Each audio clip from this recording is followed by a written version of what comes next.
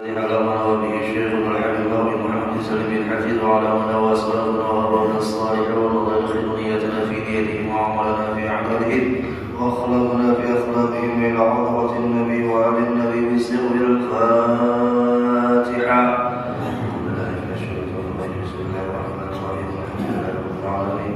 الرحمن الرحيم مالك يوم الدين إياك نعبد وإياك نستعين اهدنا الصراط المستقيم صراط الذين أنعمت عليهم غير المغضوب عليهم ولا الضالين آمين. السلام عليكم ورحمة الله وبركاته.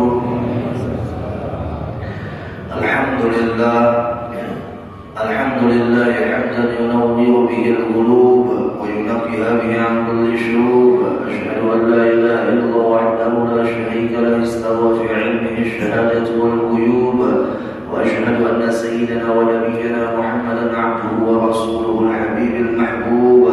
اللهم صل وسلم وبارك على سيدنا محمد شافي العلال ومفرج القلوب وعلى آله وصحبه ومن إليه منسوب. أما بعد، سبحانك لا علم لنا إلا ما علمتنا إنك أنت العليم الحكيم.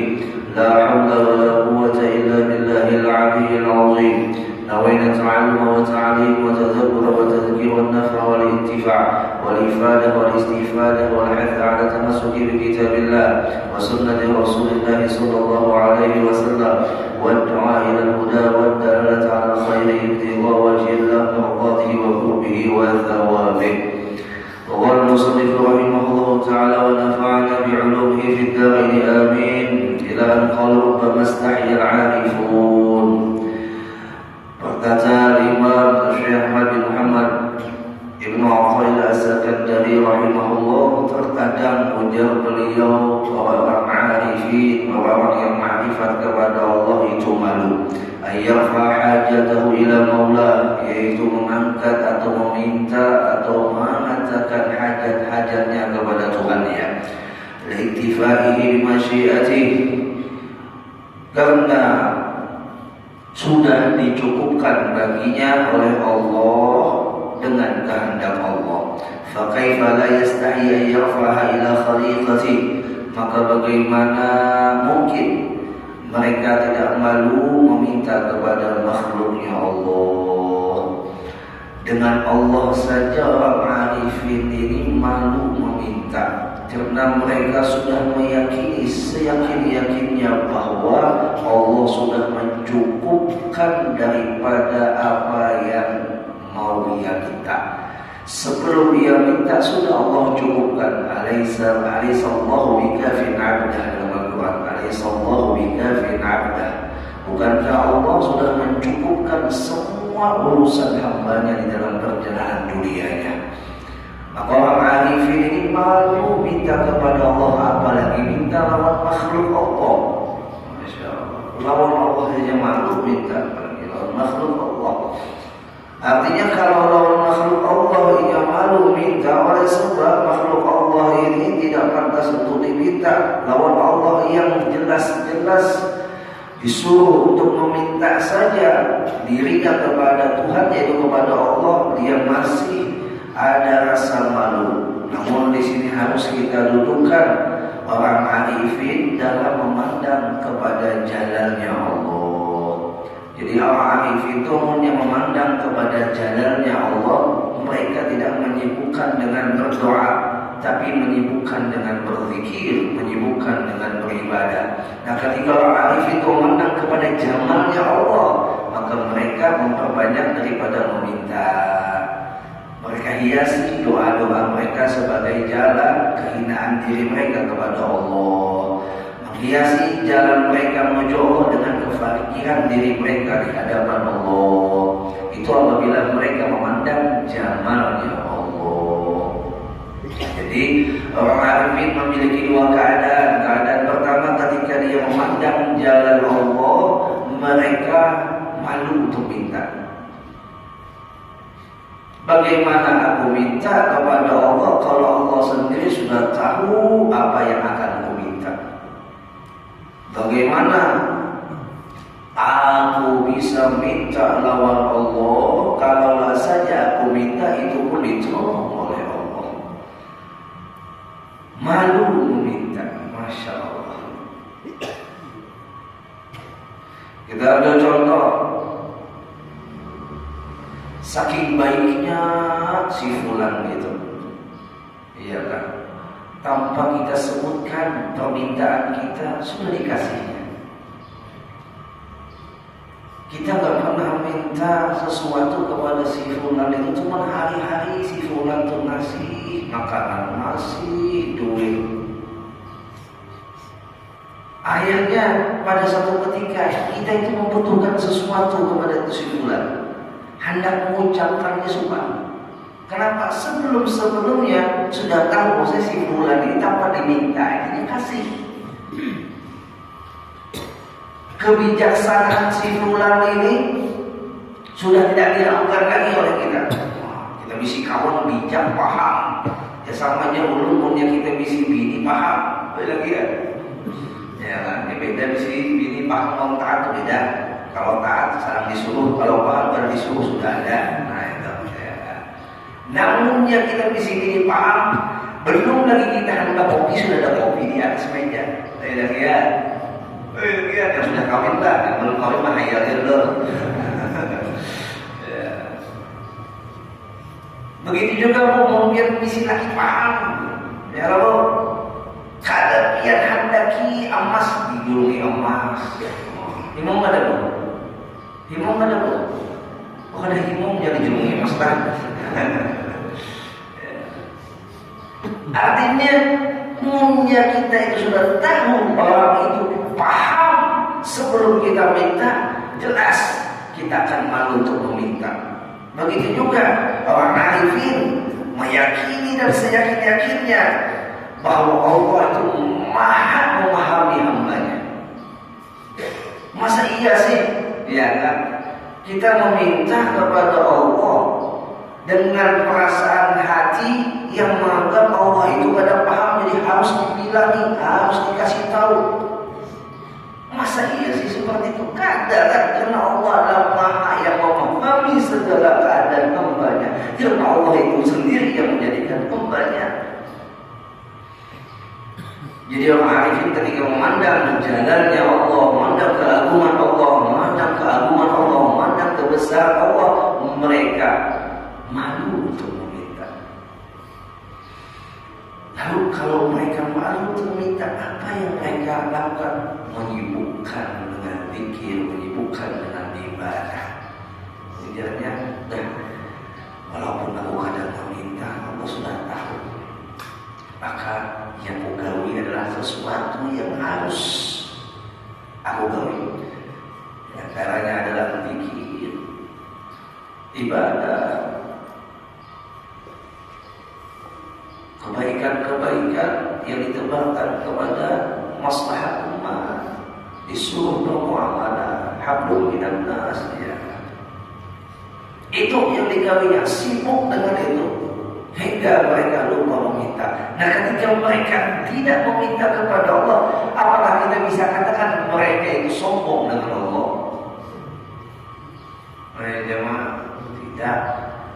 Ketika mereka sibuk dengan zikirnya, sibuk dengan ibadahnya, sibuk dengan pengabdiannya kepada Allah, maka dengan jalan seperti itulah mereka sudah menundukkan diri sebagai hamba Allah tanpa meminta pun. Allah sudah mengerti apa yang mereka inginkan, karena keinginan mereka ada oleh sebab adanya keinginan Allah. Man syaghalahu dzikri an mas'alati a'taituhu afdalu ma u'tiya as-sa'ilin, dalam hadis qudsi. Barang siapa sibuk zikir kepadaku, ujar Allah, daripada sibuk meminta kepadaku, maka aku berikan yang terlebih baik daripada orang yang meminta kepadaku. Iyyaka na'budu, jadi asik maqam iyyaka na'budu. Ya, asik bahaya. Masa iyyaka nasta'innya meminta kepada Allah, ujarnya Allah sudah tahu. Nah, ini ketika orang arifin berada di maqam memandang Allah dengan pandangan jalannya. Tapi ketika orang arifin memandang kepada maqam jamal, ya, maqam jamalnya Allah, maka dia dia tidak menyia-nyiakan waktunya dengan berdoa, apalagi doa yang disuruh untuk berdoa, wajib untuk berdoa. Di mana waktu-waktu yang wajib untuk berdoa adalah ketika di dalam sembahyang. Pada surah Al-Fatihah kita disuruh di dalam surah Fatihah itu untuk berdoa 17 kali selama sepanjang hari, sepanjang malam. Maaf, selama 24 jam itu 5 kali sembahyang dan terhitung 17 kali kita meminta kepada Allah, dan kita disuruh untuk memintanya apa? Ihdinas siratal mustaqim.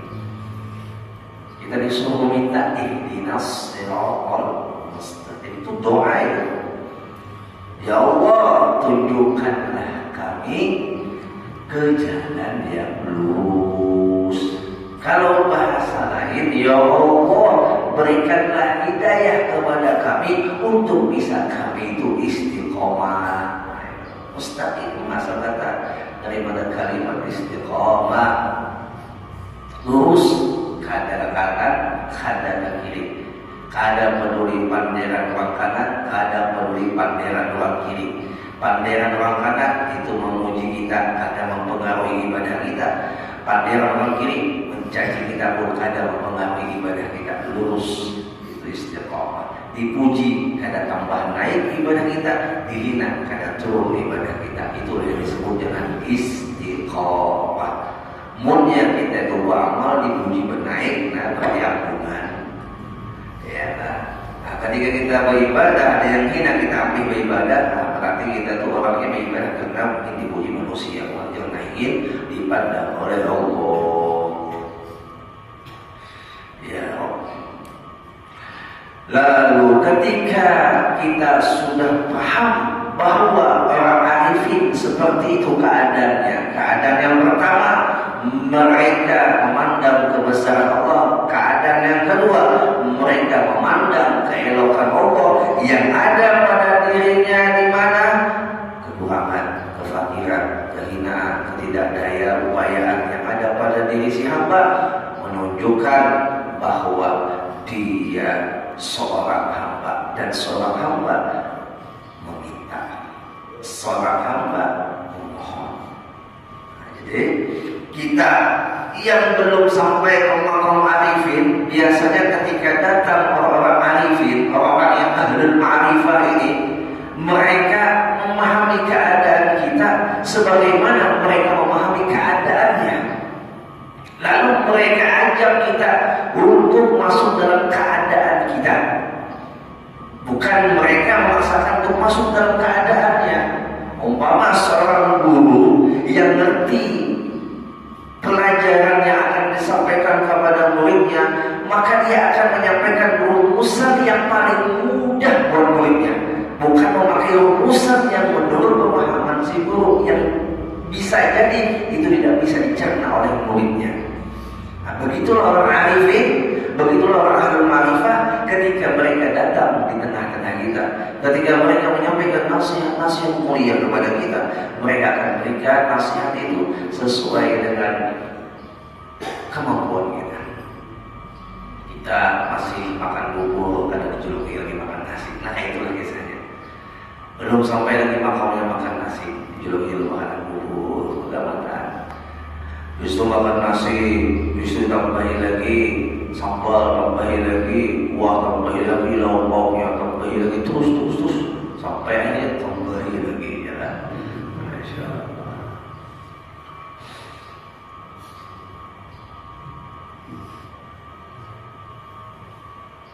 Dan ketika kita diajak mereka berdoa,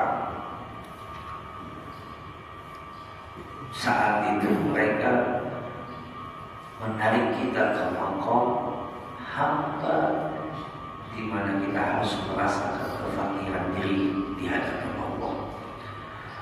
Tidakkah sudah kita pernah pelajari dalam kitab ini juga bahwa kita disuruh berdoa bukan hendak memerintah Tuhan untuk memberikan apa yang kita inginkan. Tidak. Kita disuruh berdoa adalah supaya kita mewujudkan keaslian hamba, yaitu meminta, butuh hajat dengan Allah. Apabila kita menginginkan suatu hajat, maka umumnya sudah belajar ilmu tauhid, menginginkan suatu hajat itu saja dia sadari adalah pertolongan Allah. Dan ketika ada di dalam hatinya terbesit menginginkan sesuatu, berarti katanya yang belajar ilmu tauhid, yang sudah menyelami ilmu tauhid, inilah kehendak Allah yang kusampaikan kepada Allah dalam keadaan diri yang fakir, yang hina, yang tidak mempunyai daya upaya, bahkan berkehendak saja aku tidak punya. Bahkan berkehendak saja aku tidak punya, apalagi sampai kau angkat tangan. Dia nangis berdoa.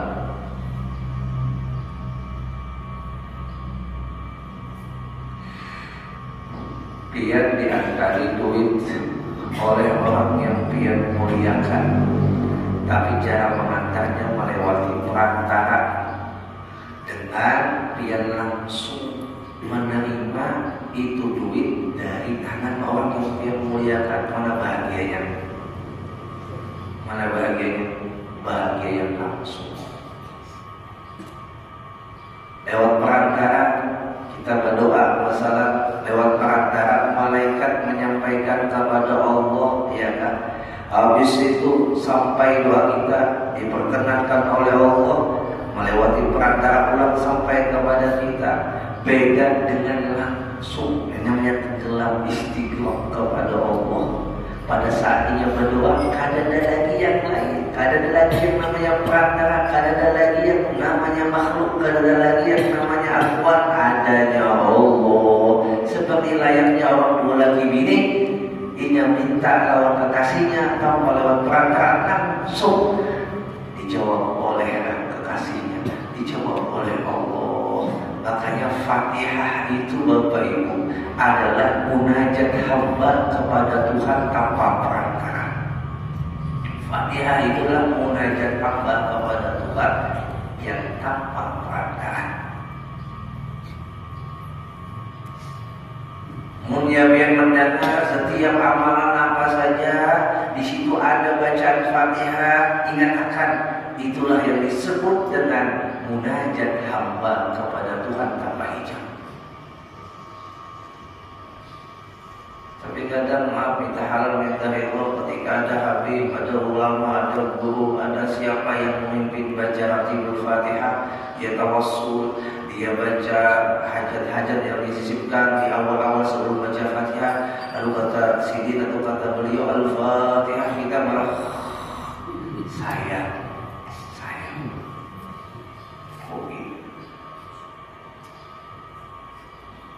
Apapun Fatihah yang disampaikan oleh mereka yang sudah tenggelam khususnya, atau kepada orang-orang yang biasa saja pun, ketika dia memulai Fatihah, kita umpat dengan Fatihahnya, kita rapatkan barisan Fatihah kita dengan Fatihahnya, kita kumpulkan Fatihah kita dengan Fatihahnya, gabung, maka Fatihah itu menjadi gunung meledak. Maka tidak ada lagi yang namanya hijab, tidak ada lagi yang namanya dinding, hingga apapun yang diminta di saat baca Fatihah itu dikabulkan oleh Allah. Ya, sudah kita ajak mendengar Quran itu terkumpul di dalam Fatihah. Bayangkan satu anan itu terkumpul di Fatihah. Berarti baca Fatihah sama baca satu anan. Kalau Yasin itu hanya jantungnya, qalbul Quran hanya jantungnya Quran. Tapi kalau Fatihah, sebukuan Al-Quran masuk di Fatihah. Kalau Al-Quran hanya takdilul thuluthul Quran, hanya sepertiga Quran membaca sekali, 3 kali lo khatamkan. Kalau Fatihah, sahataman Quran, lawan isi-isinya.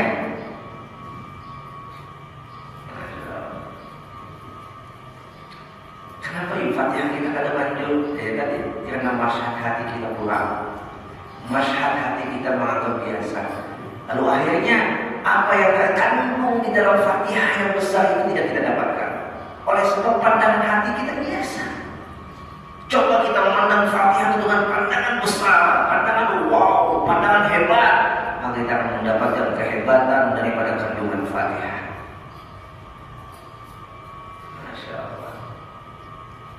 Ditarik lagi, menyekoleh kuat tuh.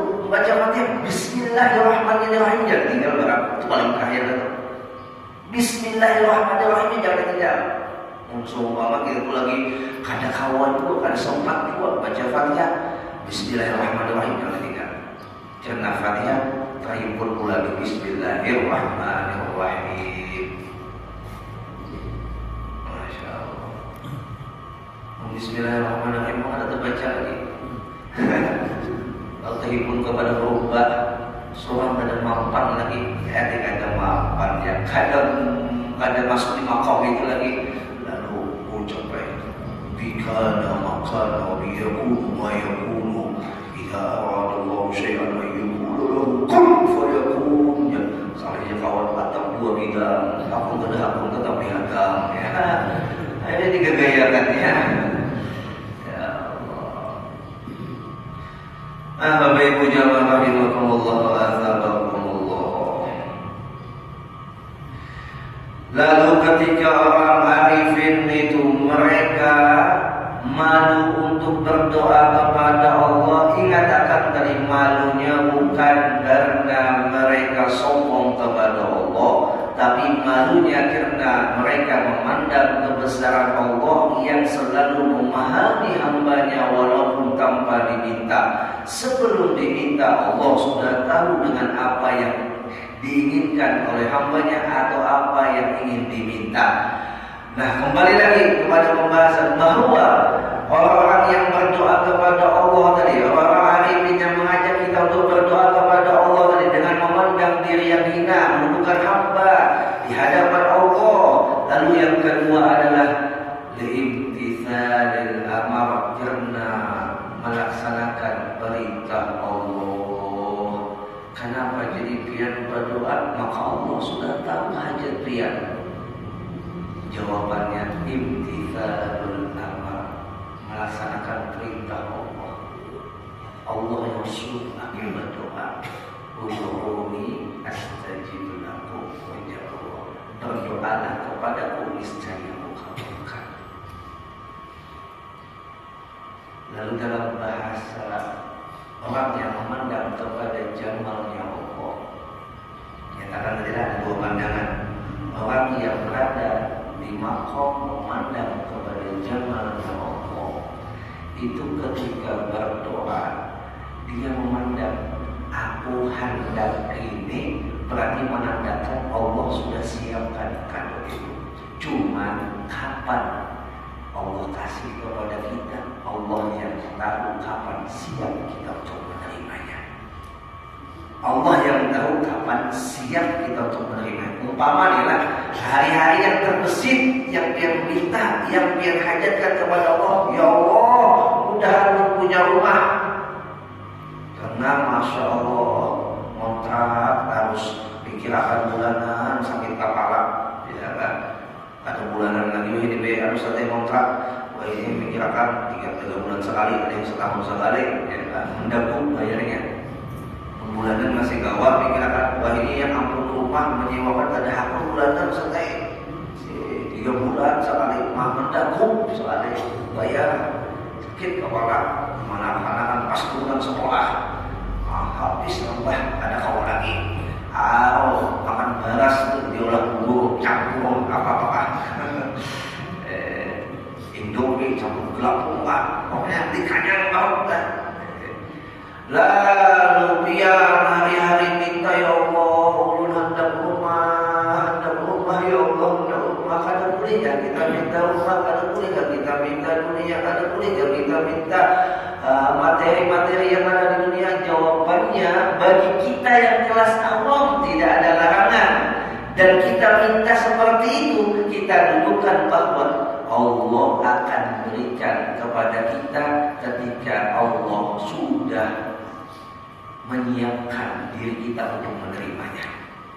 Kita tuh yang belum disiapkan oleh Allah, artinya bahasa hakikat seperti bahasa zahir, kita itu belum siap untuk menerimanya, maka Allah tidak akan memberikannya. Punya anak biar masih SD, kadang mungkin biar tukarakan kendaraan.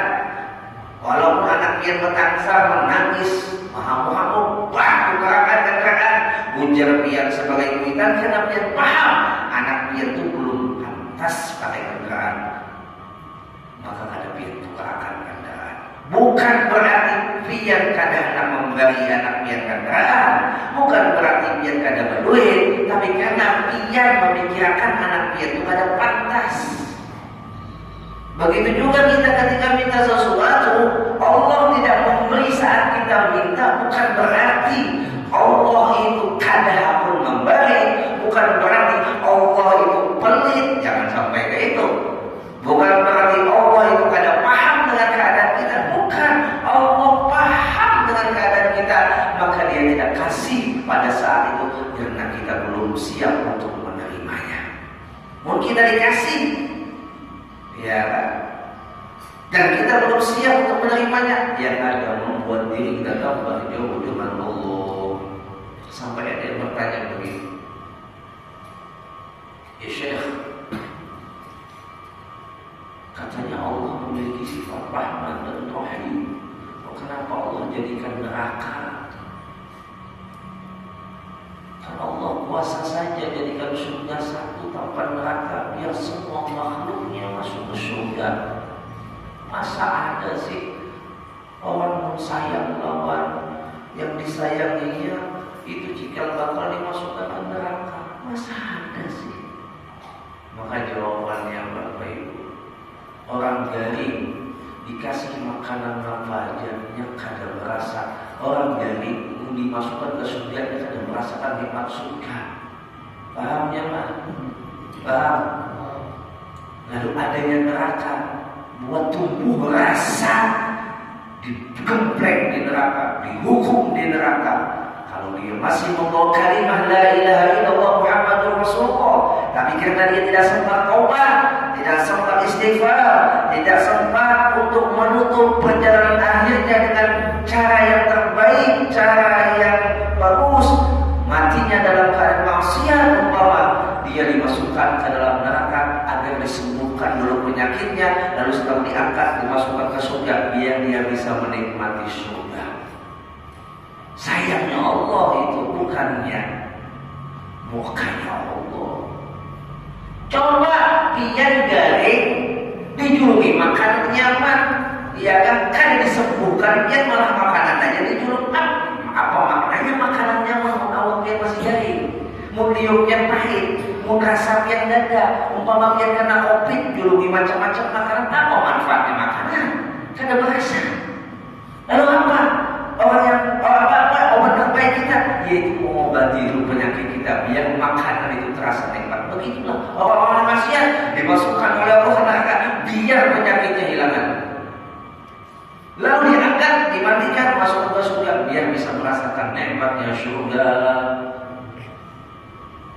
Hei jemaah, la yanfa'u malun wala banun illa man atallaha biqalbin salim. Itu sudah jelas tuh ayatnya dalilnya. Tidak bermanfaat harta anak ketika berhadapan kepada Allah kecuali hati yang selamat, hati yang sehat. Karena hatinya sakit, ada bakal yang mau merasakan nikmatnya memandang Allah, ada bakal yang bisa merasakan nikmatnya surga, disembuhkan dulu melewati neraka. Iya mah, di mana Allah muka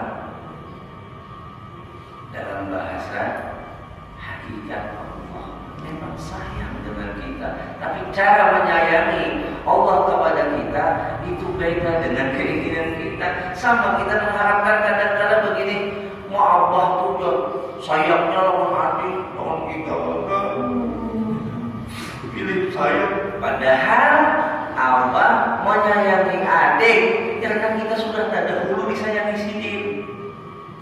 Kalau sudah tak baik sayangi adik kamu pulang, mau nikah terus adik kembali sempat. Cuma kita ini terlalu menghukumkan kuitan itu langsung bahwa kuitan tidak sayang, kuitan tidak sayang kepada adik, lalu nyambat kepada adik kuitan ya Allah. Dia tadinya katanya kada paham di balik apa yang dilakukan oleh ayah kita, abang kita. Itulah cara mereka menyayangi kita, dan kita anggap itu bukan cara menyayangi kita oleh sebab kita tidak paham dengan cara mereka. Begitu juga Bapak Ibu, ketika kita tuh di dunia, apa saja yang namanya masalah problem dunia, jangan biar kira ketika datang problem itu biar pandangan Tuhan pada saya. Ada boleh. Tuhan sayang dia. Tuhan nak menyembuhkan dia. Buat apa dia dikasih rumah menghati dia kada siap untuk menerima yang umpama kisah tadi lah. Ya nggak rumah. Buat apa orang itu dikasih rumah pun hatinya belum siap untuk menerima rumah yang adanya tidak bisa menikmati rumah. Nikmat itu anaknya di mana? Ini mana? Anaknya di mana? Biasa. Biar isi rumah ratusan miliar rumahnya atau ratusan triliun pun rasa bahagia menerima rumah itu pada dan nikmatnya. Jujur kan? Biasa. Ada orang yang kadang memiliki materi, kadang memiliki rumah, kadang memiliki fasilitas, tapi bahagianya rasanya memiliki istana juga. Ada orang yang memiliki istana kita, tapi hatinya ada bahagia seperti layaknya orang pada misi istana. Ini dirasa. Bu, mungkin dengan bahagia, amalannya sebuting aja, syukuri apa yang ada, bahagia. Tujuan, syukuri apa yang ada, bahagia. Kenapa mereka yang kaya-kaya itu, maaf, ada semuanya, sebahagia, ya kan? Yang mindsetnya hanya dunia, mereka tidak pernah puas dengan dunianya, karena mereka tidak mendapatkan kenikmatan dengan banyaknya harta yang terus menambah, ujarnya karena nikmatnya terus, karena pernah puas, karena tidak pernah mendapatkan nikmat yang sesungguhnya pada itu harta. Ya Allah, sayang 1000 kali sayang, duit banyak, pantangan banyak. Waktu anak berkawin aja masalah dunia, kada sempat ibadah, kada sempat majelis, duit banyak, stroke, kada mau makan, ibadah pun kada kawaan, sakit kada. Lucu kayaknya, duit yang menikmati siapa? Anak bini, untung kada tinggalkan bini selingkuh pulang. Apa? Masya Allah, syukuri apa yang ada, syukuri apa yang ada. Nikmat, itulah nikmat sesungguhnya. Mudah-mudahan Allah berikan kepada kita daripada jiwa-jiwa yang syukur. Mudah-mudahan kita termasuk golongan yang sedikit, karena orang yang bersyukur kepada Allah dan golongan yang sedikit. Wa qalilum min ibadiyasy syakur. Ya Allah, hanya sedikit dari hamba itu yang bersyukur kata Allah. Ada banyak orang yang suka syukur Allah itu ada banyak. Jadi mudah-mudahan termasuk golongan yang sedikit ini. Mudah-mudahan amin. Allahumma al-Fatihah. Bismillahirrahmanirrahim. Iyyaka na'budu wa iyyaka